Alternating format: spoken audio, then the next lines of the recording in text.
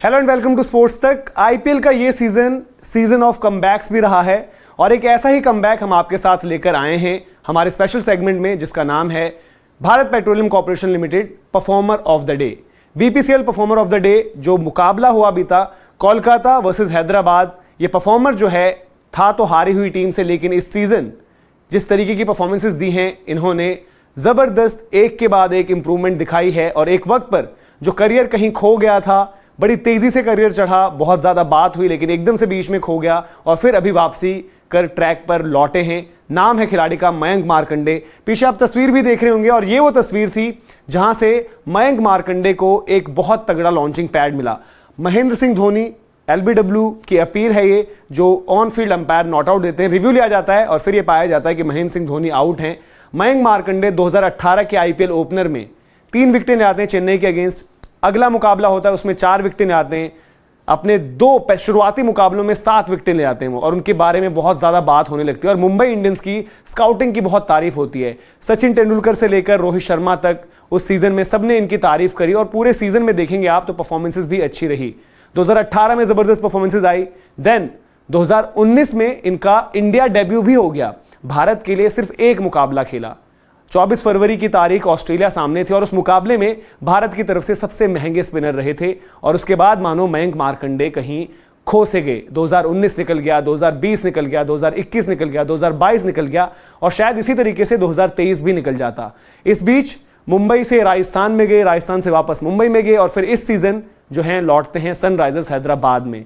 जिस वक्त पर ये आए थे इनकी बॉलिंग को लेकर बड़ी बात हुई और स्पेशली इनकी गूगलीज, जिस पर इन्होंने महेंद्र सिंह धोनी को भी आउट किया और ये सेलिब्रेशन भी आप देख रहे हैं। और अब ये हैदराबाद की तरफ है।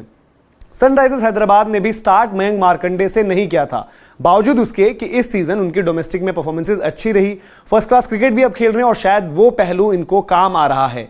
गेम पर और ज्यादा काम किया है। जो सिर्फ मयंक मार्कंडे पहले गूगलीज के लिए जाने जाते थे, अब गेंद में जो है वेरिएशंस अपनी ऐड करी हैं, साथ ही साथ लेग ब्रेक्स पर भी इन्होंने काम किया और वो इस सीजन में दिख भी रहा है। और इस सीजन सनराइजर्स हैदराबाद ने शुरुआती 2 मुकाबले तो नहीं खिलाए, लेकिन उसके बाद जब मयंक मार्कंडे अभी तक खेले हैं तो अगर आप स्पिनर्स की बात करेंगे जिन्होंने 10 या उससे ऊपर ओवर्स डाले हैं, उसमें सबसे ज्यादा इकोनॉमिकल रहे हैं। तकरीबन 6.5 की इकोनॉमी एक स्पिनर के लिए मिडिल ओवर्स के फेज में सबसे शानदार गेंदबाजी करी है और ये वही गेंदबाज हैं जो हम कह रहे हैं कि बीच में खो गए थे। इसलिए ये जो कहानी है कमबैक की, ये औरों से अलग है। ये अजिंक्य रहाणे की तरह कोई कहानी नहीं है कि जिन्होंने आए, शुरुआत करी, एक बड़ा नाम भी हुआ, भारत की कप्तानी भी करी और फिर एकदम से कमबैक किया है। ये अमित मिश्रा की तरह कोई कहानी नहीं है जिन्होंने बहुत ज्यादा सक्सेस देखा फिर सबने सोचा कि ये खत्म हो चुके, ना ही पीयूष चावला जैसे, बल्कि एक यंगस्टर की कहानी है जो शायद कहीं खो सा गया था, जिससे बहुत ज्यादा उम्मीदें थी इंडियन क्रिकेट को भी, और बीच में रास्ता भटक सा गया था, रास्ता नजर भी नहीं आ रहा था, मौके भी उस तरीके से नहीं मिलते थे। लेकिन अब सनराइजर्स हैदराबाद जो एक टीम स्ट्रगल कर रही है, उसमें एक शाइनिंग लाइट के तौर पर मयंक मार्कंडे। तो इस सीजन मयंक मार्कंडे ने आखिर किया क्या है? इतनी बड़ी बड़ी हम बातें क्यों कर रहे हैं? क्या सिर्फ हम बातों की वजह से कर रहे हैं कि जी वापस करते हुए अच्छा थोड़ा बहुत परफॉर्मेंस कर दे? ऐसा नहीं है। आंकड़ों पर एक नजर डालते हैं कि आंकड़े इस सीजन मयंक मार्कंडे के किस तरीके से रहे हैं। आप देखिए, पंजाब किंग्स के अगेंस्ट जब वापसी कर रहे थे अपने पहले ही मुकाबले में 4 ओवरों में सिर्फ 15 रन देते हैं और 4 विकेटें ले आते हैं। केकेआर के अगेंस्ट फिर 4 ओवरों में 27 रन देकर 2 विकेट। मुंबई इंडियंस अपनी पुरानी टीम, उसके खिलाफ 4 ओवरों में 35 रन दिए, कोई विकेट नहीं मिला। फिर चेन्नई सुपर किंग्स के अगेंस्ट 4 ओवरों में सिर्फ 23 रन और 2 आउट वहां पर भी किए। दिल्ली कैपिटल्स के खिलाफ भी थोड़े से महंगे रहे, 4 ओवर 34 रन, कोई विकेट नहीं। दिल्ली कैपिटल्स के साथ जो अगला मुकाबला हुआ रिवर्स फिक्सचर, उसमें इन्होंने अपनी परफॉर्मेंस भी रिवर्स कर दी और 4 ओवरों में सिर्फ 20 रन देकर 2 आउट किए। जबरदस्त परफॉर्मेंस। फिर जो हम मुकाबले की बात कर रहे हैं, 4 ओवर 29 रन और 1 विकेट कोलकाता नाइट राइडर्स के अगेंस्ट, और इसमें इन्होंने करी जो हम बात करते हैं और एक्सपेक्ट करते हैं एक रिस्ट विनर से, दिलेर गेंदबाजी। आंद्रे रसल ने आकर इनको अटैक किया और आंद्रे रसल इनको अटैक करना चाह रहे थे, इनके पीछे पड़ गए थे, बट इन्होंने उतनी ही समझदारी से और चालाकी दिखाते हुए एक फ्लाइटेड बॉल जो है आउटसाइड ऑफ डाली। रसल फिर शॉट मारने गए और वहां पर कैच आउट हो गए और इनका जो सीजन है इसी तरीके से और ज्यादा बेहतर हो गया। तो मयंक मार्कंडे जो कि 20 साल की उम्र में जब आए थे मुंबई इंडियंस से, और जैसे मैंने कहा कि तब उस वक्त पर सचिन तेंदुलकर, रोहित शर्मा इनको बड़ी हाईली रेट कर रहे थे, इनकी परफॉर्मेंसेस की भी बात हुई थी। उस वक्त पर ये फर्स्ट क्लास क्रिकेट भी नहीं खेले थे, अंडर 23 उस तरीके से मुकाबले खेल रहे थे और साथ ही साथ पंजाब में धीरे धीरे परफॉर्मेंसेस देते हुए आगे बढ़ रहे थे। बट देन उसके बाद 1 साल के बाद ही तुरंत गायब से हो गए थे। अगले सीजन में मुंबई इंडियंस ने राहुल चहर के ऊपर ज्यादा भरोसा दिखाया। उसके बाद राजस्थान रॉयल्स भी जब गए तो वहां पर भी मौके उस तरीके से नहीं मिले।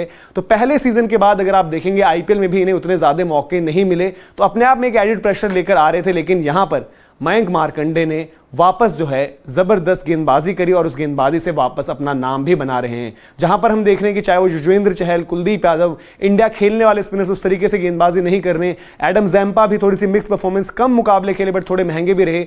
वहीं पर मयंक मार्कंडे ने सबसे इकोनॉमिकल, सबसे किफ़ायती और सबसे इफेक्टिव गेंदबाजी अब तक करी है, एक ऐसी टीम में रहते हुए जो अदरवाइज स्ट्रगल कर रही है। शायद आप गेंदबाजों में पिक करें तो मयंक मार्कंडे का नाम होगा और बल्लेबाजी में पिक करें तो हेनरिक क्लासन की कहानी भी हमने आपको एक दिन पहले बताई थी, किस तरीके से बहुत ज़्यादा अंडररेटेड है। अगर आप कभी अंडररेटेड T20 11 बनाएंगे ऑल टाइम तो उसमें हेनरिक क्लासन का नाम सबसे पहले ज़रूर डालिएगा, क्योंकि ना उनकी टीम साउथ अफ्रीका भी उस तरीके से मौके नहीं देती थी शुरुआत में। अब तो खैर परफॉर्मेंसेज ही ऐसी आ रही हैं कि आप इग्नोर नहीं कर सकते, तो उन्होंने अपनी जगह वहाँ पर बनाई। और इस मुकाबले में भी जो हैदराबाद हारी, उन्होंने पूरी कोशिश करी, पूरी जान लगाई, लेकिन बावजूद उसके हैदराबाद चोक कर गई। कोलकाता नाइट राइडर्स ने ज़बरदस्त परफॉर्मेंस वहाँ पर कर दिया। और उसी में अगर हम बात करें अगर कोलकाता की तरफ से, और जो वाकई मैच के हीरो भी रहे, ये तो कमबैक की कहानी थी BPCL performer of the day में मयंक मार्कंडे। बट अगर इस मुकाबले से हम लेकर आएंगे कि Bharat petroleum corporation limited performer of the day उस तरीके से जिन्होंने मैच बनाया, जिताया, वो कौन थे? तो वो थे वरुण चक्रवर्ती, जिन्होंने जब आखिर में 30 गेंदों पर 38 रन चाहिए थे, वहां पर 18 गेंदें डाली, यानी कि 3 ओवर्स डाले